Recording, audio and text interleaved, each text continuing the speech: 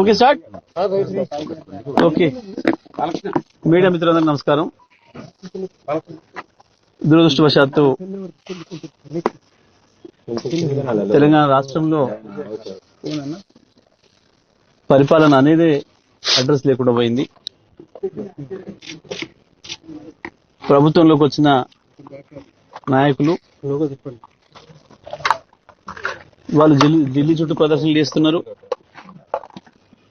అధికారులు ఎవరి కార్యక్రమాల్లో వాళ్ళు ఉంటున్నారు.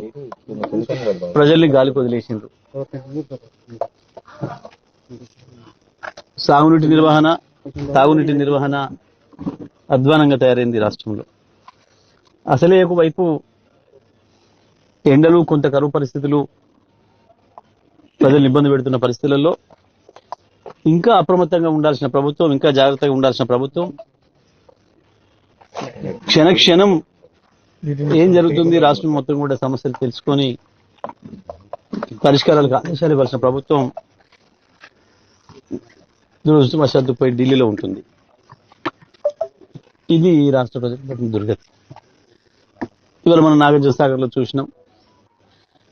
వాస్తవానికి నాగార్జున సాగర్ 2014 ముందు నీళ్ళే లేవు, మంచినీళ్ళే ఇవ్వని దుస్థితి. లక్షల ఎకరాలకు నీళ్లు ఇచ్చి, లక్షలాది కోట్లాది మందికి మంచినీళ్ళు ఇచ్చి బ్రతికిచ్చిన నందికొండ ప్రజలకి మంచినీళ్ళే లేని దుస్థితి ఉండే. మా ప్రభుత్వం వచ్చిన తర్వాత గౌరవ ముఖ్యమంత్రి గారికి నివేదించి నేను స్వయంగా ఇది ఎటు దిక్కులేనిదైంది, అనాథలాగుంది నందికొండ. అది మున్సిపాలిటీ కాదు, గ్రామ పంచాయతీ కాదు, స్థానిక సంస్థలు లేవు, ఆడ ఇబ్బంది అవుతుంది. మనుషులు వారానికి ఒకనాడు కూడా మనుషులు లేని పరిస్థితి ఉంది. దానిపైన వెంటనే మనం చర్యలు తీసుకోవాలంటే ముఖ్యమంత్రి గారి ఆదేశాల మేరకు ఆ రోజు నేను అన్ని శాఖల అధికారులను పిలిచి మాట్లాడి రివ్యూ చేసి మంచినీటి సమస్యను పరిష్కారం చేసినాం. ఆ తర్వాత నందికొండను మున్సిపాలిటీగా చేసినాం, పురపాలక సంఘాన్ని చేసినాం. గత 10 సంవత్సరాలుగా ప్రజలకు ఎటువంటి ఇబ్బందులు రాలేదు. దురదృష్టం ఇవాళ మనం చూసినాం ఎంత దారుణంగా కోతులు పడి చనిపోతే అది 10 రోజులైందో, 15 రోజులైందో, 20 రోజులైందో కూడా ఎవరికి తెలియదు. స్థానిక యువకులు గుర్తుపట్టి చెప్పేంత వరకు కూడా దానిపైన పర్యవేక్షణ లేదు, నియంత్రణ లేదు, ఏది కూడా లేదు. నేను వెంటనే ప్రభుత్వాన్ని డిమాండ్ చేస్తా ఉన్నా, జిల్లా యంత్రాంగాన్ని డిమాండ్ చేస్తున్నా. తక్షణమే ఈ ప్రాంతంలో ఉన్న కాలనీలో ఉన్న ప్రజలందరికీ కూడా ఆరోగ్య పరీక్షలు నిర్వహించాలి. ఎందుకంటే మనం చూస్తున్నాం ప్రపంచవ్యాప్తంగా ఈ కోతుల వల్ల అనేక జబ్బులు వస్తున్నాయన్నమాట మనం వింటున్నాం.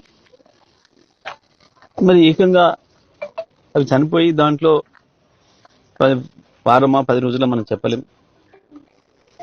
ఆ శవాలను బట్టి వాటిని బట్టి ఆ డాక్టర్ నిర్ణయించగలుగుతారేమో. దాంతో కలుషితమైన నీళ్లు తీసుకోవడం వల్ల ఏం ప్రభావం ఉంటుంది ఈ ప్రజల పైన, పిల్లలు పెద్దలందరి పైన? మరి దానికి సంబంధించి ప్రభుత్వ పరంగా ఎట్లాంటి చర్యలు తీసుకోవచ్చు, ఎటువంటి పరీక్షలు నిర్వహించాల్సిన అవసరం ఉంటుంది? ఎందుకంటే మనుషులకు ఇతర జంతువుల నుంచి వచ్చే సంక్రమించే వ్యాధులకు సంబంధించి నిపుణులు ఉంటారు. మరి వారి ద్వారా, ఆ సంస్థల ద్వారా మరి అందరు కూడా రక్తనమూనాలు తీసుకొని పరీక్షలు చేసి రేపు ఏమైనా ఇబ్బంది వచ్చే అవకాశం ఉందా, దాన్ని ఎట్లా నివారించాలి, దానికి ఏం మార్గాలు ఉంటాయనే విషయాన్ని మరి కాలనీ వాసులకు అందరూ కూడా వచ్చి చెప్పాల్సిన అవసరం ఉంది. వాళ్ళకి ధైర్యం ఇవ్వాల్సిన అవసరం ఉంది. వాళ్ళందరూ కూడా ఆందోళనలో ఉన్నారు, కాలనీ వాసులు అందరూ కూడా. అందుకే మరి వెంటనే చర్యలు తీసుకోవాలని చెప్పి నేను విజ్ఞప్తి చేస్తా ఉన్నా. దురదృష్టం ఏంటంటే దాదాపుగా నెల 15 రోజులుగా కరువు పైన రైతులు ముత్తుకుంటుంటే, ప్రజలు ముత్తుకుంటుంటే మీరు పట్టించుకోలేదు. కనీసం ప్రతిపక్షంగా మేము మా పాత్ర నిర్వహిస్తూ ప్రజలకు అండగా ఉండాలని, ప్రజల కోరిక మేరకు, ప్రజల పిలుపు మేరకే మేము గ్రామాలకు వెళ్ళి ఆ రైతులతో మాట్లాడి ధైర్యం చెప్పి ప్రభుత్వంతో మేము మాట్లాడతాం, ప్రభుత్వాన్ని కదిలిస్తామని చెప్పి మేము 15-20 రోజులు ఎండలో పొలాల్లో తిరిగినా కూడా ఒక మంత్రి గాని, ముఖ్యమంత్రి గాని స్పందించిన పాపన పోలేదు. చివరికి కేసీఆర్ గారు వచ్చి రంగంలో దిగి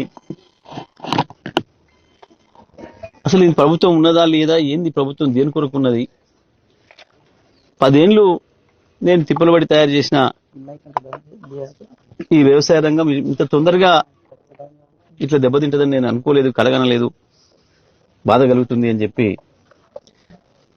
వారు వచ్చిపోయి మళ్ళీ జనగామ సూర్యాపేట తాలూకు జిల్లాల్ని సందర్శించి ఇక్కడ కూడా రావాల్సింది ఉండే, ఆలస్యం అవడం వల్ల